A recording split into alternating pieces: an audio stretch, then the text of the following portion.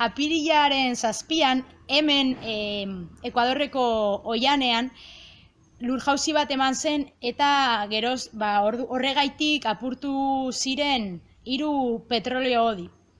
Honengatik, Koka eta Anapo ibaiak asko kutsatu dira, eta komunitate indigenak oso eraginduta izan dira honengatik, batez ere euren egunerokoan ur hori edateko, bai bainatzeko, bai sukaldatzeko erabiltzen zutelako. Eta azkenean arrantzabe bai egiten zuten, eta azken batean petrolagatik arrainak hil dira.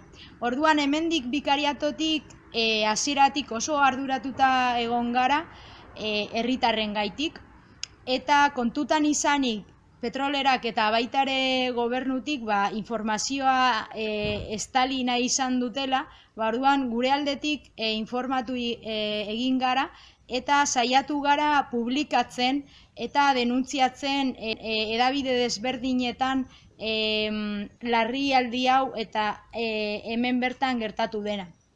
Honetaz gain, baita ere laguntza materialak heldu zaizkigu, eta udaletxearekin batera koordinatu izan dugu komunitatetara eramateko.